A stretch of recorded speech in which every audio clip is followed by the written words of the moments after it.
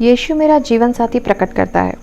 अगली सुबह को जब मेरे एक मित्र ने यह सुना कि मैंने प्रभु यीशु को अपना उद्धारकर्ता ग्रहण कर लिया है, तो वह मुझसे बहुत खिन्न हो गया। मैंने उससे अपने पिताजी की कार में कई बार मीलों सैर कराई थी और कई बार नाश्ते पर भी आमंत्रित किया था। मुझे उम्मीद नहीं थी कि वह मेरी मित्रता का उत्तर अपशब्दों और खिन्नता के द्वारा देगा।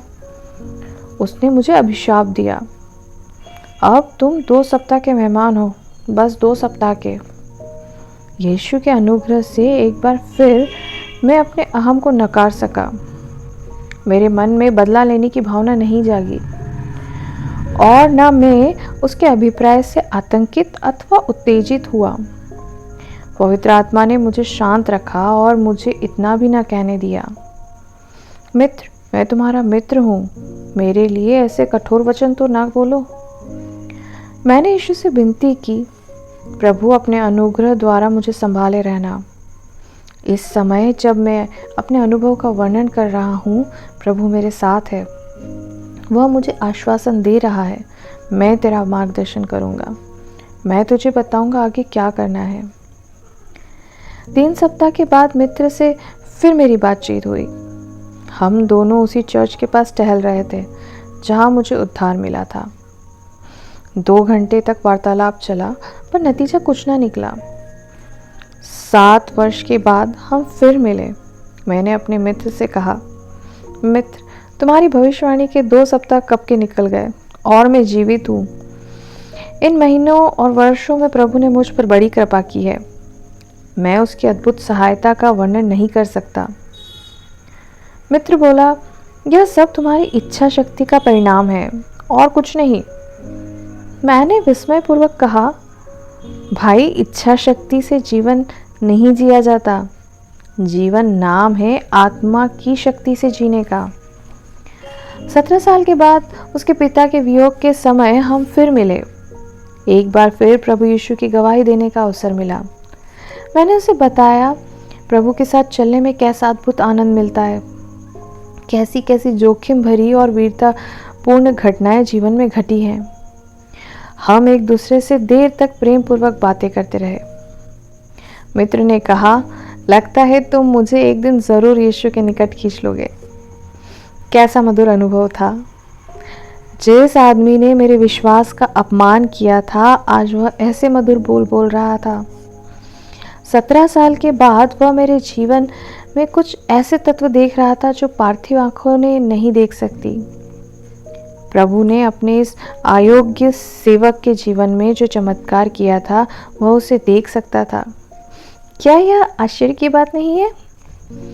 यदि मैं उस दिन स्कूल में उससे वार्तालाप करने में चूक जाता तो ऐसा कभी ना होता। यदि मैं बहस करता, गुस्सा करता, ईंट का जवाब पत्थर से देता, तो वह फिर जीवन भर मुझ पर भरोसा ना करता। फिर मैं न तो 3 सप्ताह बाद, न 7 साल बाद और न 17 साल बाद उससे कोई बात कर पाता। अतः प्रेम की जीत हुई, परंतु इस जीत का दामोदर उस आजमाइश पर था जो मेरे मन परिवर्तन के चंद घंटों बाद हुई थी। सोमवार की उस सुबह को जब मेरे मित्र ने मुझ पर अपने कठोर शब्दों के तीर चलाए थे, तो यीशु की सहायता से मैंने इन तीरों को सह लिया। मेरी सहन शक्ति का रहस्य मेरी आज्ञाकारिता में था। मैं पवित्र आत्मा की आवाज़ को सुनने के लिए तैयार था। अपने उद्धार की रात को वेदी में से उठते ही यह रहस्य मुझ पर प्रकट हो गया था। यदि प्रभु ने मुझे आज्ञाकारिता की शिक्षा न दी होती, तो मेरे अंदर प्रभु का आनंद और उसका तेज भी न होता और मैं अपने मित्र के कठोर शब्दों को सहन न कर पाता। आज्ञाकारिता के फल स्वरूप प्रभु ने मेरे उद्धार के आनंद को 3 गुना कर दिया और मुझे एक ऐसे हर्षलोक में पहुंचा दिया जहां मैं उसके आदेशों की निरंतर प्रतीक्षा करता रहता हूं और कल्पना में भी उनकी उपेक्षा नहीं कर सकता। मेरा अनुभव यह है कि बहुत ही कम लोग प्रभु की आज्ञा पर चल रहे हैं और जब हम पवित्र आत्मा के निर्देशन का पालन नहीं करते तो ईश्वर के साथ हमारा संपर्क टूट जाता है, जबकि यही संपर्क हमारे जीवन का सबसे प्रिय उद्देश्य है। कई लोग मन परिवर्तन के समय तो अपार आनंद की अनुभूति करते हैं, परंतु आगे चलकर उनका यह आनंद किसी विशेष कारण के बिना ही गायब हो जाता है। ऐसा प्रायः उनकी अवज्ञा के कारण ही होता है, क्योंकि जो व्यक्ति आज्ञाकारी है उनके हृदय में पवित्र आत्मा अविरल रूप से आनंद का संचार करता रहता है। पवित्र वचन में भी यही लिखा है, प्रभु का आनंद ही हमारी शक्ति है। इसका तात्पर्य यह है कि हम दिन प्रतिदिन यीशु के साथ साथ चलने में जितना मन लगाएंगे और आनंदित होंगे, उतने ही शक्तिशाली बनते जाएंगे। अतः आनंद का उद्गम स्रोत हम नहीं हैं, यह तो परमेश्वर का वरदान है जो हमें पवित्र आत्मा के निर्देशों का पालन करने से प्राप्त होता है। आनंद के लिए हमें कुछ नहीं करना, हमें तो सिर्फ प्रभु के निर्देशों का पालन करना है और इसी का इनाम है आनंद। जब हम आज्ञाकारिता और आत्मनिषेध के द्वारा अपने को नम्र बनाते हैं तो स्वतः आनंद प्राप्त हो जाता है। परमेश्वर आज्ञाकारी लोगों की तलाश में है। वह ऐसी स्त्रियों और ऐसे पुरुषों को ढूंढ रहा है जो उसके हुक्म पर चले।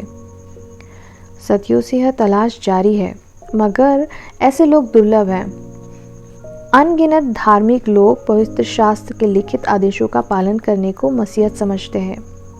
उनका धर्म बस इतना है कि कानून में जो लिखा है बस उतना भर कर दिया जाए और कुछ एक सिद्धांतों को स्वीकार कर लिया जाए। इन लोगों ने मसीहत को कर्मकांड बना दिया है। परंतु परमेश्वर तो ऐसे लोगों को ढूंढता है जो पवित्र शास्त्र के लिखित आदेशों का पालन तो करे ही, साथ ही पवित्र आत्मा की जीवंत आवाज़ की ओर भी ध्यान लगाएं और प्रतिदिन प्रतिपल प्रभु के साथ चलते रहें। जो व्यक्ति पवित्र आत्मा की धीमी शांत आवाज़ को सुनता और उसकी ओर ध्यान लगाता है, वह बार बार अपने जीवन में आनंद का अनुभव करेगा। नदी के समान आनंद उसकी अंतरात्मा में उमड़ पड़ेगा। आनंद ईश्वर की ओर से बेरोक टोक प्रवाहित होता और आज्ञाकारी हृदय में समाहित हो जाता है। उपयुक्त पंक्तियों पर कृपया पुनः विचार करें।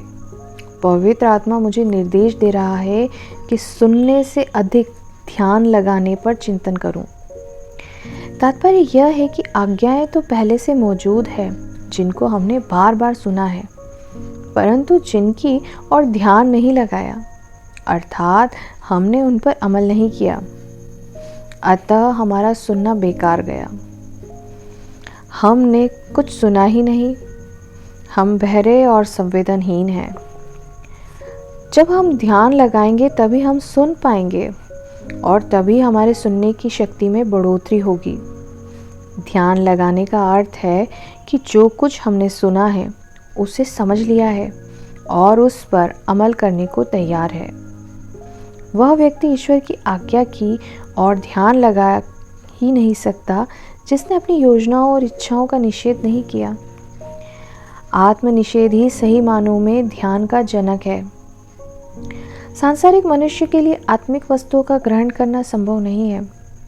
जब हम पवित्र आत्मा का प्रभाव स्वीकार कर लेते हैं, अर्थात अपना इनकार करके अपने अंदर छिपी हुई दुष्ट आत्मा को सूली पर चढ़ा देते हैं, तभी हम आत्मिक वस्तुओं को ग्रहण करने के योग्य बनते हैं।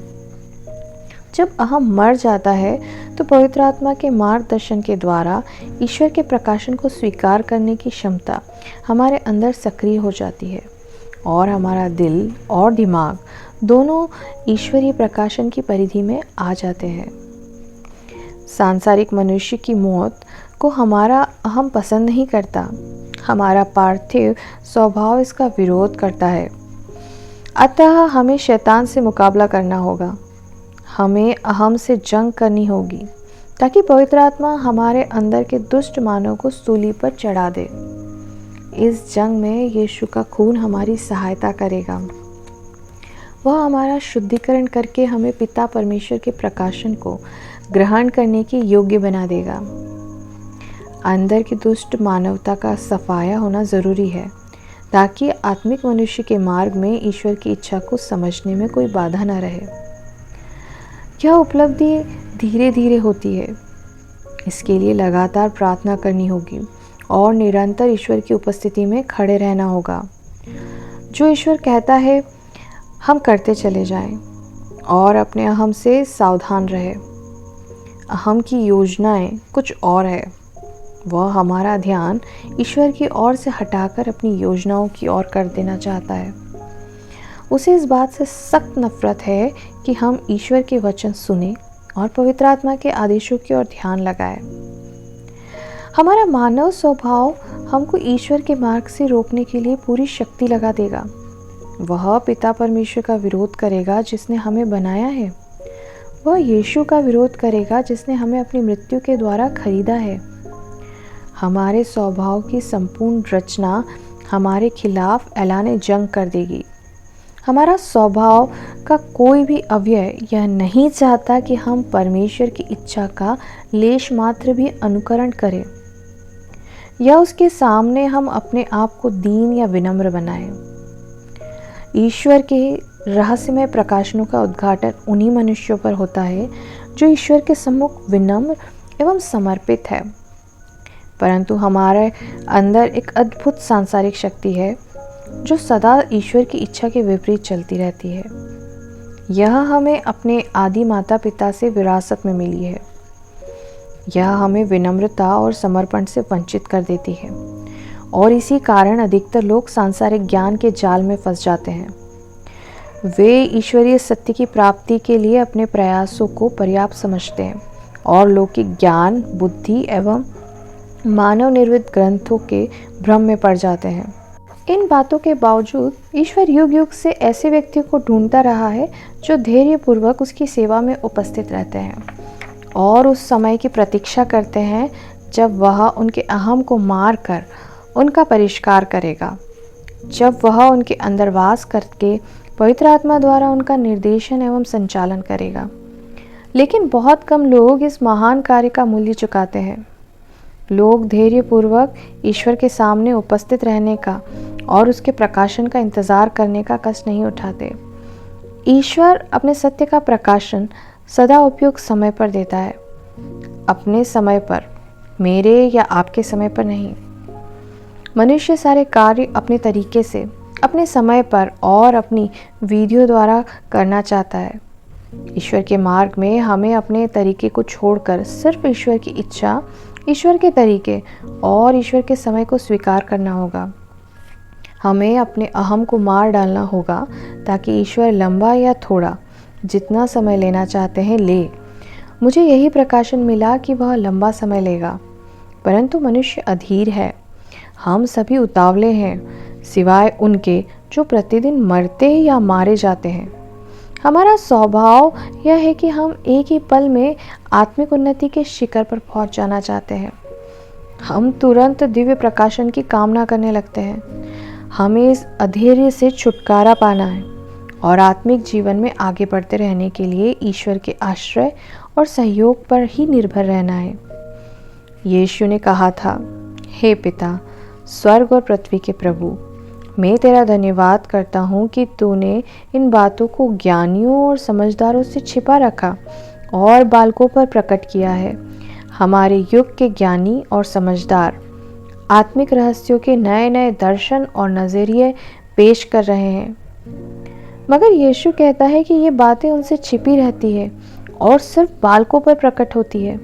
उन पर ही प्रकट होती है जो नम्र है, विनीत है, आज्ञाकारी और समर्पित है। दिव्य प्रकाशनों का उद्देश्य यीशु की महिमा एवं स्तुति है। वे किसी के निज लाभ के लिए नहीं दिए जाते। वे किताबों में या किसी अन्य प्रकार की अध्ययन सामग्रियों में भी नहीं मिलते। वे थोड़ा थोड़ा करके उन्हीं पर प्रकट होते हैं जो यीशु के साथ चलते और उसकी उपस्थिति में खड़े रहते हैं, उस पर भरोसा रखते और मन लगातार पवित्र आत्मा के आदेशों का पालन करते हैं। मैं जोर देकर कहना चाहता हूँ कि परमेश्वर की बातें उन पर प्रकट नहीं की जाती जो यह जानना चाहते हैं कि पवित्र आत्मा किस प्रकार उनका मार्गदर्शन करेगा। परमेश्वर के प्रकाशन उन्हीं को मिलते हैं जिनका ईश्वर देना चाहता है, जो यीशु से प्रेम करते हैं और उसके लिए अपने प्राण देने तक चाहते हैं। सृष्टि के अनेकानेक रहस्यों में से यह एक महान रहस्य है।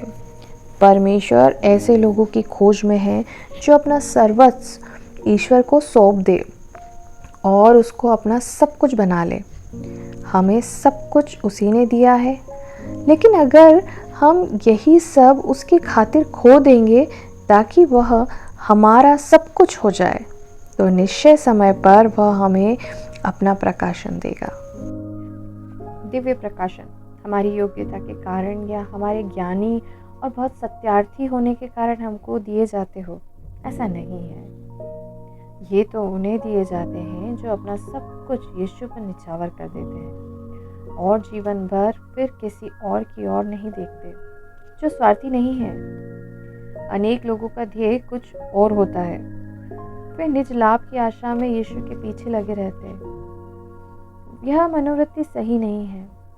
हमें अपने हम का खात्मा कर देना चाहिए और अपना सब कुछ यीशु के लिए खो देना है, ताकि हमारे जीवन पर उसका पूर्ण नियंत्रण हो जाए। हम तो उसके सेवक हैं। हमें कोई पद नहीं चाहिए, हमें तो बस उन नन्हे बालकों के सदस्य बने रहना है। यीशु ने हमें बताया है कि यदि हम बालकों के समान नहीं बनेंगे तो स्वर्ग के राज्य में भी प्रवेश नहीं कर सकेंगे। शायद इसीलिए बहुत से लोग स्वर्ग के राज्य से वंचित रहे। हम सब बड़े बनना चाहते हैं, परिपक्व दिखाई देना चाहते हैं, बहुत विद्वान नजर आना चाहते हैं, परंतु परमेश्वर का राज दीनता में है। वह दीनता में रहता है, दीनता में चलता है और दीनता ही में अपना रहस्य प्रकाशित करता है। हमारे बहुत से संस्थान, संगठन, समूह और व्यक्ति किसी हद तक परमेश्वर के राज्य के विस्तार के लिए काम कर रहे हैं, लेकिन अक्सर लोगों के मन में कुछ शंकाएं घात लगाए बैठी है। हम जो चाहते हैं कैसे मिल पाएगा? सफलता कैसे हाथ लगेगी? आत्माएं कैसे बचेगी? हमारे संगठन को कैसे लाभ मिलेगा? हमारी मंडली कैसे बढ़ेगी? आदि आदि। इस तरह के अनेक छल एवं प्रयोजन हमारे दिल में छुपे हुए हैं। ईश्वर उन्हें जानता है। ऐसे स्वार्थी व्यक्तियों को ईश्वर अपने राज्य की सेविकाई नहीं सौंप सकता। यही वजह है कि सन 1942 ईस्वी में मुझे ईश्वर ने यह प्रकाशन दिया। मैं एक ऐसी प्रजा की तलाश में हूँ जो अपने पूरे मन से मुझ पर भरोसा रखे, पूरे मन से, पूरी तरह से और मुकम्मल तौर पर मुझ पर निर्भर रहे और हर बात मेरी आज्ञा माने। ऐसी प्रजा जिसको मैं अपना विश्वास पात्र बना सकूं, जिसके हृदय में स्वर्ग के राज्य के साथ प्रवेश कर सकूं। ईश्वर अपने आप को उन्हीं पर प्रकट करता है जो संपूर्ण हृदय से उस पर भरोसा रखते हैं।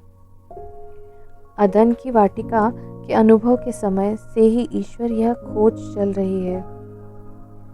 हमारे आदि माता पिता से ईश्वर को यह आशा थी कि वे दोनों उस पर भरोसा रखेंगे, लेकिन वे उस पर भरोसा रखने के बजाय अच्छे और बुरे की पहचान में लग गए और ज्ञान बटोरने में अपना उद्धार समझा। ऐसा करके उन्होंने अपने आप को भ्रष्ट कर लिया और उनके कारण हम भी भ्रष्ट हो गए। हम भी सब कुछ गवाकर मौत के भागीदार बन बैठे।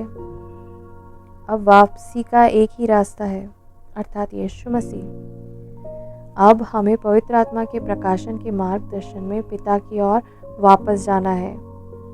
आज की कलीसिया प्रतिज्ञा देश के आखिरी किनारे पर रह रही है, बिल्कुल हाशिए पर।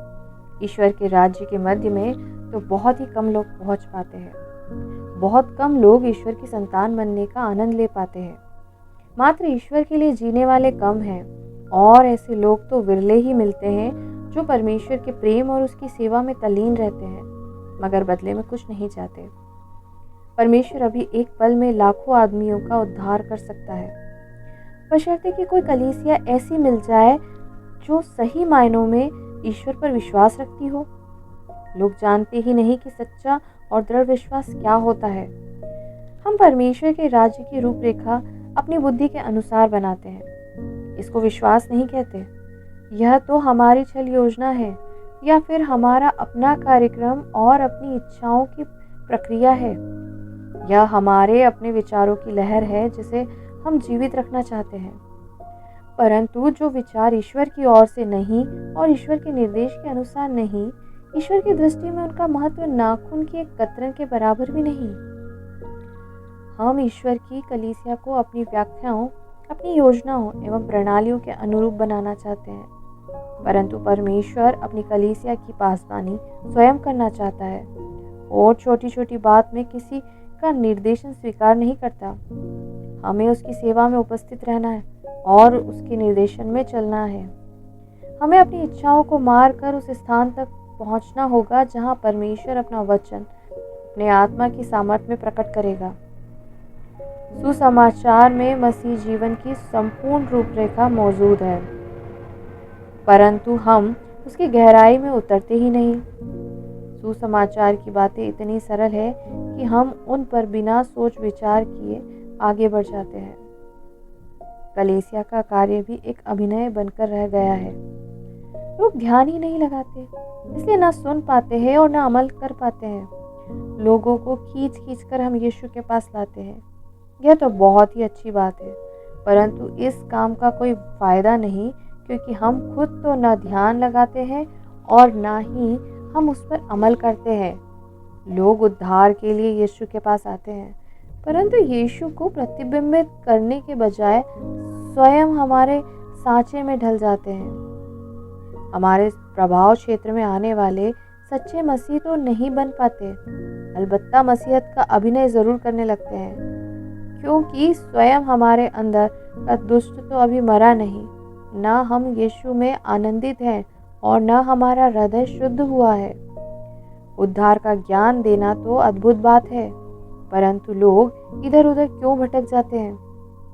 कोई किसी संप्रदाय की ओर, कोई स्थानीय कलीसिया की ओर, तो कोई किसी विशिष्ट धार्मिक शैली की ओर उन्मुख हो जाता है। उद्धार का आशय तो यीशु की ओर आना है, ताकि लोग पिता परमेश्वर की उपस्थिति में रहकर निर्देश और मार्गदर्शन प्राप्त करें। यह सत्य मसीहत की खोई हुई कड़ियों में एक है।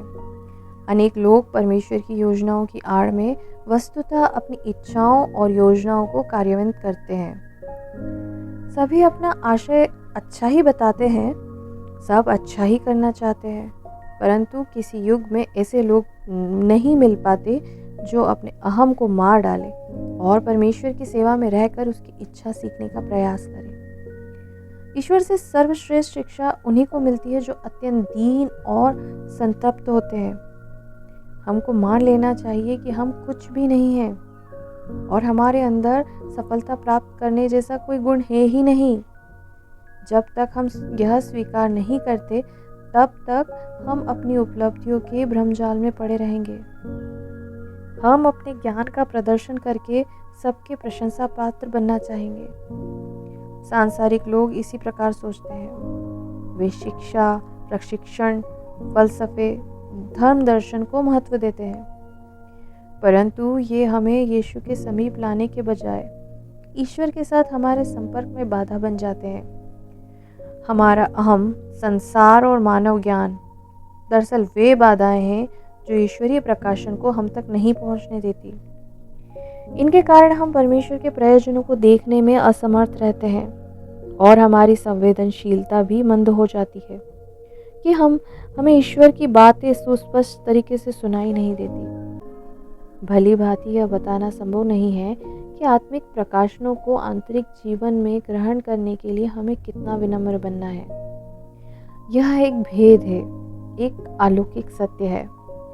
ना समझ लोग मसीह जीवन की सरलता और दीनता को समझ नहीं पाते, परंतु यह बात समझने के लिए नहीं, यह तो अभ्यास और अनुकरण करने के लिए है। इसे तो हमें अनुभव करना है। यही विश्वास है, जीवंत विश्वास। इसका केंद्र स्थल एक ही है और वह है हमारा आंतरिक जीवन। जिसके हृदय में जितना अधिक विश्वास होगा, वह यीशु के लिए उतना अधिक अपना सब कुछ खोकर यीशु को पा लेगा। परमेश्वर को ऐसे ही लोगों की खोज है जो उस पर भरोसा रखे और आत्मनिषेध के द्वारा ऐसा दृढ़ विश्वास प्राप्त करे कि अपना सब कुछ यीशु के लिए त्याग दे। विश्वास के लिए उकसाने, भड़काने या अपनी ओर से कोई विशेष चेष्टा करने की जरूरत नहीं। स्वग्रही जो व्यक्ति और समुदाय दोनों को ईश्वर के मार्गदर्शन से वंचित कर देता है। मुख्यतः स्वाग्रह के कारण ही हम परमेश्वर की महिमा से वंचित हैं। हमारे विशेषाधिकार और क्षमताएं ईश्वर की सेवा करने में असमर्थ हैं, क्योंकि हम अपना सब कुछ सौंपने, सब कुछ खोने के लिए तैयार नहीं हैं। हमारे शब्द, विचार, कर्म सभी आज्ञाकारिता एवं विश्वास के गुणों से रहित है। जिस पुनर्जागरण सभा में मेरा मन परिवर्तन हुआ था, उसमें अनेक युवक युवतियों ने प्रभु यीशु को अपना उद्धारकर्ता स्वीकार किया था। अब वे सब मिलजुल कर अनेक कलीसिया में जाते और प्रभु का प्रचार करते थे। इन सभाओं में संदेश देने की जिम्मेदारी एक नौजवान महिला को और मुझे सौंपी गई थी। ईश्वर के अनुग्रह से मैंने पहले ही साल अनेक नौजवानों को उद्धार का आनंद प्राप्त करते हुए देखा। अपने उद्धार के कुछ सप्ताह बाद मैं अपने चर्च में संदेश दे रहा था। गायक दल के सदस्य मेरे पीछे थे। मुझे उनका कार्यक्रम बहुत पसंद आया, अतः उनकी प्रशंसा करने के लिए मैंने पीछे की ओर मुड़कर देखा। इसी दल में बाईं ओर फ्लोरेंस स्पेंस बैठी थी। उनकी नीली आंखों का प्रकाश सीधा मेरी आंखों में पड़ रहा था। जैसे ही हम दोनों की आंखें मिली, पवित्र आत्मा की प्रेरणा हुई, यही है तेरी पत्नी। पवित्र आत्मा के प्रकाशन ने मुझे झकझोर दिया, परंतु यीशु की मदद से मैंने अपना संतुलन बनाए रखा। मैंने अपना संदेश भी उसी तरह जारी रखा मानो कुछ हुआ ही ना हो। मगर मैं बहुत हैरान था। 10 साल में कभी फ्लोरेंस स्पेंस से मेरी कोई औपचारिक बात भी नहीं हुई थी। आप कैसी हैं या आपका क्या हालचाल है जैसी औपचारिक वाक्यों का आदान प्रदान भी कभी हमारे बीच नहीं हुआ था। वह बाल स्टेट की स्नातक थी। कला और संगीत में उनकी उपलब्धि स्नातकोत्तर उपाधि के बराबर थी। मैं अभी हाई स्कूल में था। मैं अपने आप को उनके बराबर समझता ही न था, परंतु जब पवित्र आत्मा ने कहा यह तेरी पत्नी है, तो मैंने एकदम मान लिया। मुझे आश्चर्य होता है कि 17 साल के नौजवान ने यह बात किस तरह जान ली कि परमेश्वर उससे बोल रहा है, और यह भी जान लिया कि क्या बोल रहा है। हालांकि किसी ने उससे कभी यह नहीं समझाया था कि पवित्र आत्मा की चेष्टाओं का मानव शरीर पर क्या प्रभाव होता है। ईश्वर किस प्रकार हृदय में अपने वचन डालता है और शरीर में पवित्र आत्मा किस प्रकार क्रियाशील होता है।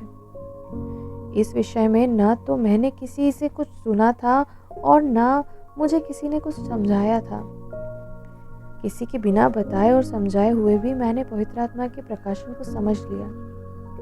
इसका रहस्य जो मैं समझता हूँ वह यह था कि मेरे जन्म के समय मुझ पर पवित्र आत्मा का अवतरण हो चुका था।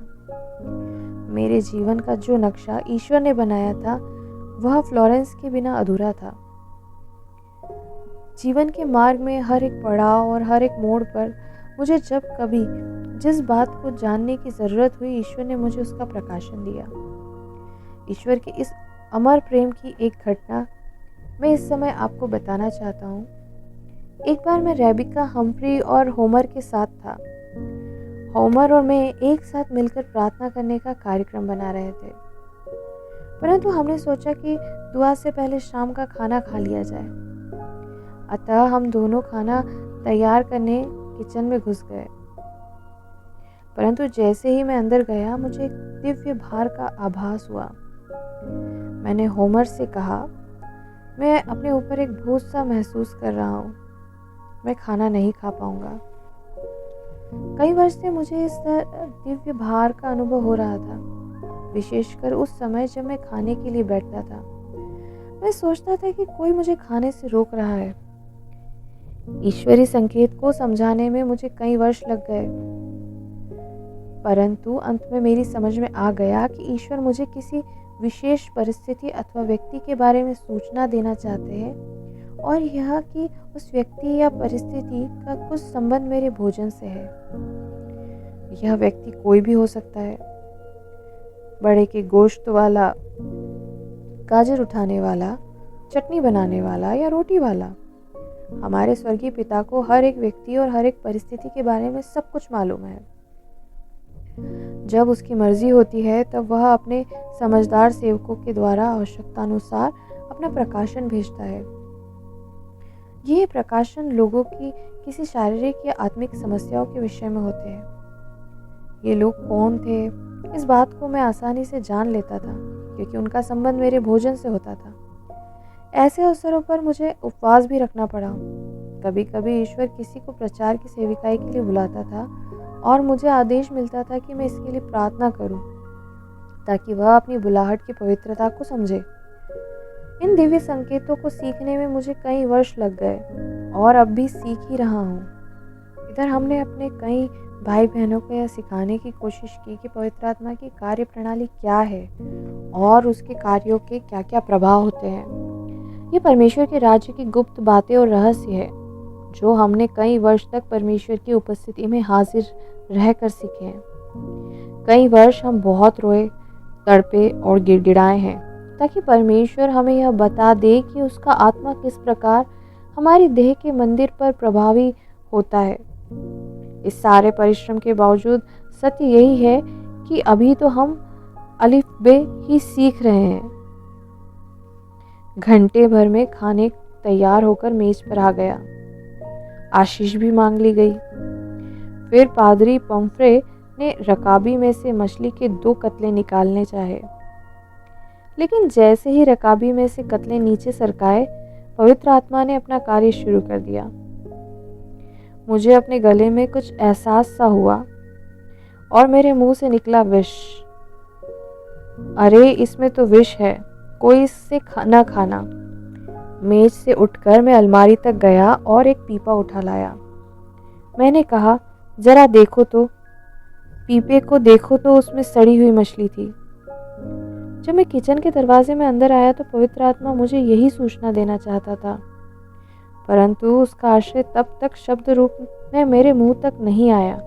मैं समझ ही नहीं सका कि वह क्या कहना चाहता है।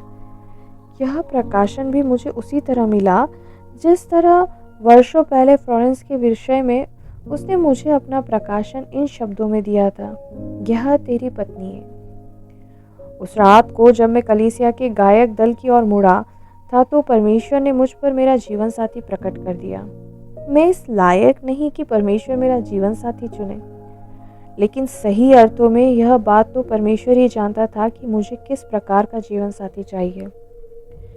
अब हम 39 साल से एक दूसरे के साथ हैं, लेकिन यीशु के प्रेम के कारण यह अवधि एक पल के बराबर मालूम होती है। वर्ष 1933 की अप्रैल मास की 14 तारीख थी जब पहली बार हम एक दूसरे से मिले। उस रात प्रार्थना सभा के समय मूसलाधार पानी पड़ा। चर्च में बस हमारी कार के अलावा कोई दूसरा वाहन न था। मैंने नौजवानों को अपनी कार में ठूस ठूस कर घर पहुंचाना शुरू किया। मैंने तय कर लिया था कि आज रात तो ज़रूर तन्हाई में फ्लोरेंस से बात करनी है। फरवरी में यह बात भी तय हो चुकी थी कि हमें जीवन भर साथ रहना है, मगर मेरी हिम्मत नहीं पड़ रही थी कि फ्लोरेंस से कोई तिथि मांगूं। मगर उस रात मैंने ठान ली कि इस विषय में फ्लोरेंस से बात करनी है। मैंने सोचा कि बारिश में फंसे हुए लोगों को कुछ ऐसा बंदोबस्त किया जाए कि फ्लोरेंस सबके बाद में जाए। मैंने सबको घर पहुंचा दिया था और रिचर्ड को भी छोड़ आया और अब वही चर्च में रह गई। 6 सप्ताह तक हम एक दूसरे के साथ घूमे फिरे। एक रात को हम चर्च से लौटे। मैं कार आहिस्ता आहिस्ता चला रहा था। फ्लोरेंस का घर अभी 600 फुट की दूरी पर था कि अचानक प्रकाश की एक किरण आसमान से उतरी और मेरे दिल में समा गई। मैंने देखा कि इस तरह से एक और किरण आई और फ्लोरेंस के दिल में उतर गई। ज्योति की ये दोनों किरणें बिजली के पुंजों के समान अपने अपने स्थान पर उछलने लगी। फिर एक चमत्कार सा हुआ। पवित्र आत्मा ने इन दोनों किरणों को एक कर दिया। प्रिय नौजवानों, जीवन साथी चुनने में से पहले हमें परमेश्वर की उपस्थिति में रहकर यह जानना जरूरी है कि वह क्या चाहता है। अमेरिका में 87% विवाह पवित्र आत्मा के निर्देश से नहीं हो रहे हैं। किसी विशेष रुचि अथवा व्यक्तित्व की समानता अथवा शारीरिक आकर्षण के कारण स्त्री पुरुष एक साथ रहते हैं। कई बार कोई लड़का किसी लड़की को या कोई लड़की किसी लड़के को मजबूर कर देती है, परंतु ऐसी शादियां जीवन में अंधेरा और निराशा ही लाती है। आमतौर पर 12 से 20 साल की उम्र के बीच में हमें कुछ चुनावी फैसले करने पड़ते हैं। जीवन में जब भी ऐसा अवसर आए, हमें पवित्र आत्मा की मर्जी जाननी चाहिए। ऐसा ना हो कि बाद में जीवन भर पछताना पड़े। यह सच है कि मन परिवर्तन के बाद यीशु हमारे सारे पिछले पाप क्षमा कर देता है, परंतु हमें अपने गलत फैसलों का नतीजा तो भुगतना ही पड़ता है। अतः हमें अपनी पत्नी, व्यवसाय, कॉलेज, निवास आदि का चुनाव करते समय परमेश्वर की इच्छा जाननी आवश्यक है, क्योंकि गलत चुनाव हमें उद्धार के बाद भी मुसीबत में डाल सकते हैं। इसी कारण हमारे घरों में कोई खुशी नहीं, कोई प्रेम नहीं और हमारे गृहस्थ जीवन में लगातार उथल पुथल मची रहती है। अनेकों व्यक्ति काम वासना के रोगी हैं। जीवन साथी के विषय में कुछ लोगों की अपनी मान्यताएं हैं। इन्हीं के आधार पर हम निर्णय लेते हैं। यह तो ईश्वर ही को मालूम है कि आज हम क्या हैं और 10 या 20 साल के अंदर क्या बन जाएंगे। यह तो वही जानता है कि अपने राज्य में वह हमसे क्या सेवा लेने वाला है। हम बिल्कुल इस योग्य नहीं कि अपने जीवन साथी का बुद्धिमान पूर्वक चयन कर सके, क्योंकि भविष्य पर हमारी दृष्टि नहीं है। हो सकता है कि आज हमें अपना चुनाव अच्छा लगे, मगर आगे चलकर समय और परिस्थितियों की कसौटी पर वह खरा ना उतरे। सिर्फ प्रभु को ही मालूम है कि हमारा हक में क्या बेहतर है। शैतान हमें डराएगा, मन में शंकाएं पैदा करेगा। वह ऐसे चेहरों को हमारे सामने लाएगा जिन्हें देखकर हम ईश्वर की पसंद को भूल जाएंगे। अतः ज़रूरी है कि हमें अपने जीवन में पवित्र आत्मा को बेरोक टोक आने दें और उसके हाथ में अपनी भागदौड़ को सौंप दें, ताकि किसी भी चुनाव की बात आए तो फैसला वही करे। हम परमेश्वर को ही अपना निर्देशक बनाएं, नहीं तो हमको अपना सही जीवन साथी या तो देर से मिलेगा या फिर मिल ही नहीं पाएगा। मन परिवर्तन के बाद ही अहम के विरुद्ध हमारा संघर्ष शुरू हो जाना चाहिए और हमें पवित्र आत्मा के मार्गदर्शन मांगते रहना चाहिए। वह आवश्यकता अनुसार हमें निर्देश देगा और उसके राज्य की सेवा हम योग्य हैं हमसे लेगा। कभी कभी हमें देर तक इंतज़ार करना होगा और कभी थोड़े समय में हमारा कार्य बन जाएगा। इसका मुझे अनुभव है। एक अवसर पर मुझे प्रकाशन मिला कि 1 महीने के अंदर ही मेरी सबसे छोटी बेटी का विवाह हो जाएगा। मुझे बड़ा आश्चर्य हुआ। मैंने कुछ भी नहीं किया और वास्तव में 1 ही महीने में उसका विवाह हो गया। हर एक सज्जन से जो भी यह किताब पढ़ रहा है, मेरी विनती है कि अगर वह अविवाहित है तो विवाह से पहले प्रभु की इच्छा जान ले। ऐसी शादी से जो ईश्वर की इच्छा के अनुसार न हो, अविवाहित रहना बेहतर है। जो विवाह ईश्वर की मर्जी से नहीं होता, उसका अंजाम बहुत दुखदायी होता है। इसी प्रकार जो विवाह ईश्वर की मर्जी से होता है, उसके आनंद भी कोई सीमा नहीं। फ्लोरेंस पर भी परमेश्वर अपनी मर्जी प्रकट कर रहा था। पवित्र आत्मा उन्हें बता रहा था कि हम एक दूसरे के लिए ही रचे गए हैं। मुझसे भी पहले उन पर यह बात प्रकट होने लगी थी। जब वह चर्च में मंच की ओर मुंह करके बैठती थी तो मुझे देखे बिना ही मेरी मौजूदगी का एहसास हो जाता था और उनकी आंखें पिछले दरवाजे की ओर लगी जाती थी जिधर से मैं आने वाला था। यह चमत्कार ही तो है, परंतु चमत्कार रोज रोज नहीं होते। परमेश्वर ने मुझे एक विशेष उद्देश्य के लिए बुलाया था, अतः सारी घटनाएं उस उद्देश्य के अनुसार होती रही। मुझे एक ऐसी पत्नी की आवश्यकता थी कि जब मैं सुसमाचार के विषय में किसी से वार्तालाप करूं, तो वह कार में बैठी हुई धैर्यपूर्वक मेरी प्रतीक्षा करे। अगर मैं परमेश्वर के कार्य के कारण खाने के समय पर घर ना पहुंचूं और खाना ठंडा हो जाए तो वह दुखी ना हो, सांसारिक कामों का गौण समझे। लेकिन होता यह है कि इन्हीं बातों के कारण औरतों और मर्दों में कहासुनी शुरू हो जाती है। परंतु मुझे तो एक ऐसी पत्नी चाहिए थी जो परमेश्वर की मर्जी के लिए अपने जी को मार सके और अपने अरमानों की उपेक्षा कर सके। अतः हमारा रिश्ता ईश्वर की ओर से ही था। परमेश्वर ने हमें एक दूसरे के लिए चुना था। हमारी शिक्षा और जीवन परिस्थितियों में अनेक असमानताएं थी। फ्लोरेंस की शिक्षा ऐसी थी जिसके कारण उनका पार्कर में रहना संभव नहीं था। फिर परमेश्वर उन्हें पार्कर में ही रोके रहा। वह प्रोफेसर पामर की अति प्रिय विद्यार्थी थी। पामर उनकी क्षमताओं के प्रदर्शन के लिए नए नए मंच ढूंढते थे। लॉयंस क्लब, रोटरी क्लब आदि अनेक स्थानों में उनके कार्यक्रम प्रस्तुत करते थे। बॉल स्टेट की वह अत्यंत प्रतिभावान पियानो बजाने वाली थी। पिछले शरत में संगीत का अध्यापन करने के लिए उन पर काफी जोर डाला गया था। कई लोग उनकी सिफारिश के लिए खड़े हो गए थे, परंतु परमेश्वर ने रोक लगा दी। फ्लोरेंस इस बात से बहुत उदास हो गई थी। वह संगीत पढ़ाना चाहती थी और वह इस कार्य के लिए अत्यंत सक्षम भी थी, लेकिन ईश्वर ने उनके लिए इससे भी बड़ा काम चुना था। अगर उन्हें अध्यापन कार्य मिल गया होता तो यह हमारी बहुत बड़ी हानि होती। यदि हम परमेश्वर में सच्ची आस्था रखेंगे तो वह हमारे कार्य अपने हाथों में ले लेगा। वह उनका प्रबंध स्वयं अपने तरीके से करेगा। बस हम उसकी स्तुति करते रहें, दिल से भी और होठों से भी। जीवन में सदा उसी को मान दें और उसकी सेवा में उपस्थित रहें। ऐसा करना सरल नहीं है, परंतु हमारा कल्याण इसी में है। जिस रात मुझ पर यह प्रकट हो गया कि ईश्वर ने उन्हें मेरे लिए चुना है, तो फिर मैं घर नहीं जा सका। अब मैं उन्हें छोड़कर कहीं नहीं जाना चाहता था।